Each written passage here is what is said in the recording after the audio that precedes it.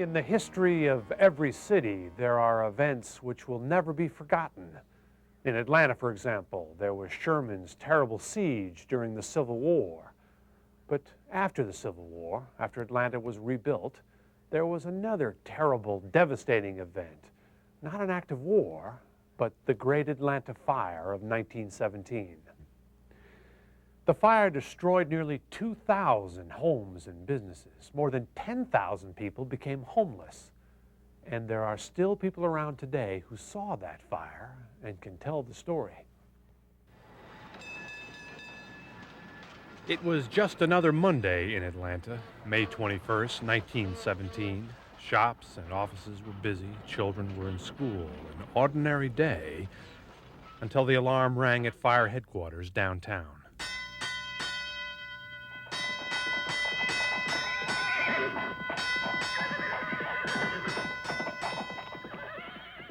Because of the fire, Franklin Garrett was sent home from school. And we began to see vast amounts of black smoke. At that time, we did not have either radio or television, so we found out about the fire from smoke. And we weren't sure whether it was coming our way or not. Everybody was sort of on pins and needles. The fire started in a warehouse near Grady Hospital. It quickly spread through the poor black neighborhood of what was called Buttermilk Bottom, where small wooden houses were crammed together. Lucille Turner was working at her bookkeeping job downtown. And the sky is just a half a circle. Half a circle over the sky was the fire. Fred Jones had a bird's eye view of the fire from his office in one of the first skyscrapers downtown. When we learned of the fire, I went up on the roof with others and could see the smoke down Edgewood Avenue. But we didn't know how severe it was. But when the news edition came out hurriedly, everybody went to the fire.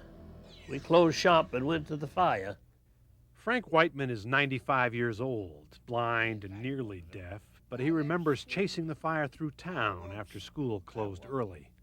I walked straight down Boulevard. I heard the whole city was on fire. Mm-hmm. And we didn't have nothing but horse and wagons those days.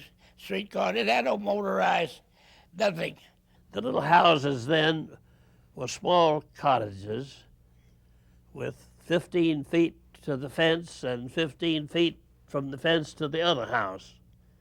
Little 30 and 40-foot lots, all wood frame houses, and that's why the fire went so fast. The Atlanta Fire Department in 1917 only had a few motorized fire trucks. Mainly they had fire engines, water pumps powered by steam and pulled by horses, but they weren't enough. There was a strong wind that day blowing from the south, and the fire became a firestorm. And as the fire destroyed home after home, incinerated block after block, people ahead of the fire tried to save what they could. People were just piling the things out in the yard, thought they could save the furniture and the things, but it was so fast, the fire just rolled along and caught everything. There was a large punch bowl right in the middle of the street, one of those little streets. When I passed it, I picked it up and carried it all the way through the fire and carried it home. And my mother kept that for years and years. The south side of 10th Street were homes, and the north side was part of Piedmont Park. Several of the homeowners were up on the roof with a garden hose wetting down the roof. They thought maybe if the fire did come that far and over in there, if they had a wet roof, it might not catch. But it didn't get that far, I'm happy to say. The firefighters just weren't prepared to fight a fire this big. Within just a few hours, hundreds of homes were gone, burned to the ground, and whole neighborhoods were laid waste. Atlanta hadn't seen this kind of destruction since Sherman came through during the Civil War. Atlanta needed help fast. When they learned the severity of the fire, They put the call in for Marietta, Rome, Dalton, LaGrange, Columbus to send us fire trucks. Well, they put fire trucks on flat cars on the railroads, pushed off everything else and sent them in to back up the fire departments here. Everything Atlanta had was in the fire. So we have no protection to the other part of the city for the fire department. But the situation was becoming more desperate. Water pressure was getting low. Too many fire hydrants were open at the same time. So someone came up with the idea of blowing up houses along the northern edge of the fire. The debris would act as a fire break, allowing firemen to make one last stand. So soldiers from nearby training camps raced to Atlanta with dynamite. Late in the afternoon, they just decided that they had to stop it somewhere.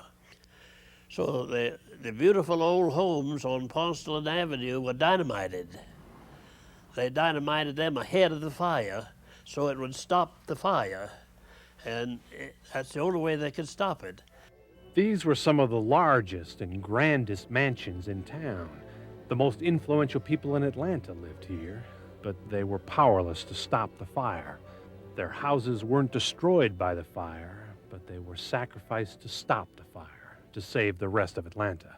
The mayor and the city government authorized the houses to be blown up to create a fire break, Ponceland Avenue being very wide.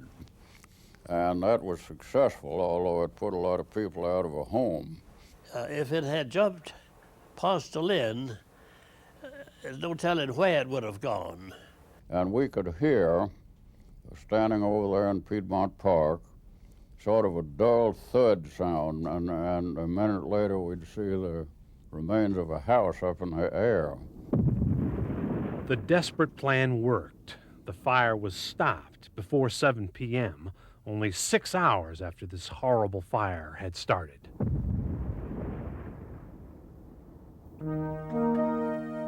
The North Avenue School was one of the few buildings firefighters were able to save from the Atlanta fire of 1917.